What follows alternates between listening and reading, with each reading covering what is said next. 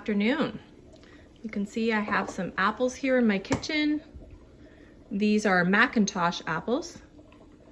I've washed these, they're ready to process. These are still waiting. You can see it's not that many apples. This is about 2 pecks.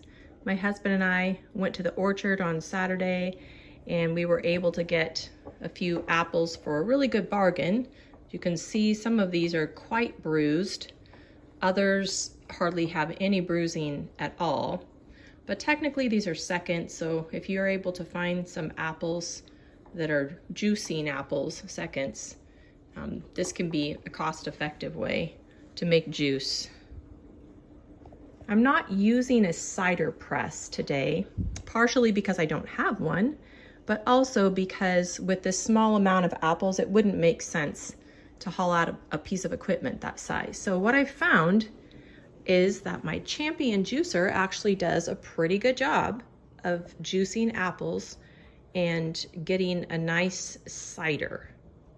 So I'm going to show you momentarily how to assemble the Champion juicer. Once we have that assembled, we'll take our apples, we'll have to cut them down to size a bit.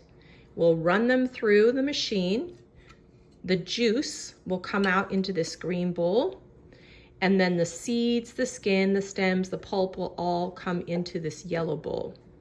From there, we'll take the juice and we'll run it through this fine mesh strainer. This is called a chinois. You can purchase one of these on Amazon. It's useful for a lot of things in the kitchen. But one of the things it will do in this process is help us to remove any of the excess foam that we don't want into our jars. Once we have the juice the way we want it, we're going to put into sterilized quart jars, and I have those going in my dishwasher right now. We'll secure them with the lid and the ring. Unlike the grape juice, I am gonna run these through a water bath canner. That apples are not as acidic, and so this will definitely be a safer method than what we did with the grape juice. And I'm not going to heat up the apple juice the way that the grape juice was heated up.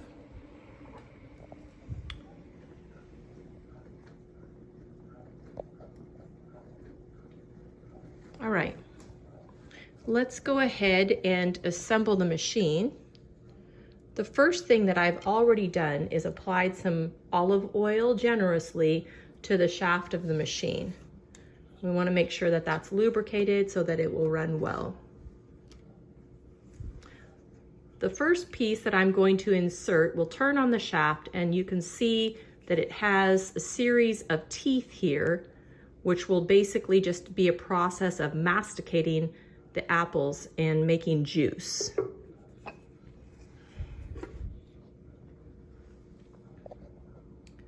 All right. Then we have the main body that fits on the shaft here. Here's the filter that will attach here. And then this piece here that will slip over. All right, I've got my machine completely assembled, and you can see I did reverse my bowls. The yellow one fits better here under the machine, and we'll use the green one to catch the pulp. And then I've cut up some apples to size, and I'm gonna go ahead and turn on the machine, and it's going to get noisy, but I'd like you to see how this process works with the Champion juicer.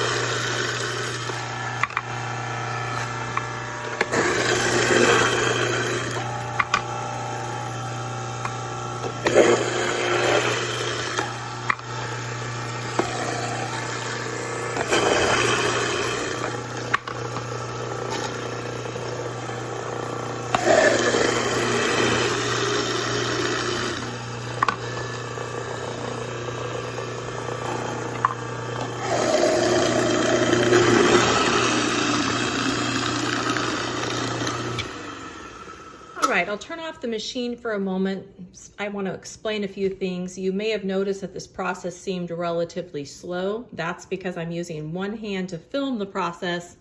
So I'm just using one hand here. This is actually pretty quick if you've got both hands going.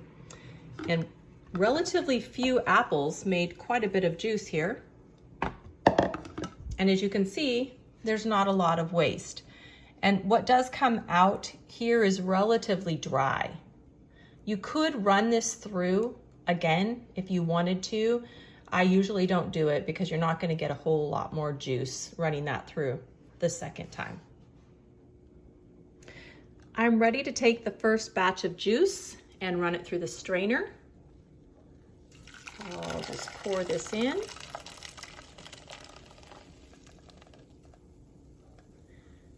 And give that a chance to work.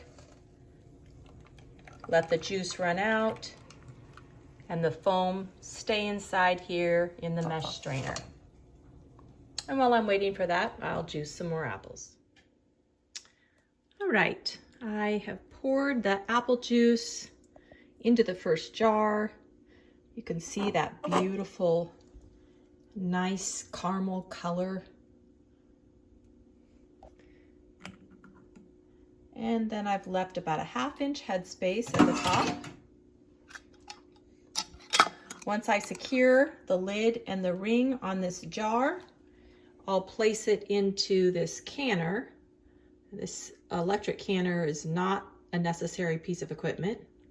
For years, I just used a stovetop water bath canner, but a couple of years ago, I purchased this electric canner, which really is handy to use.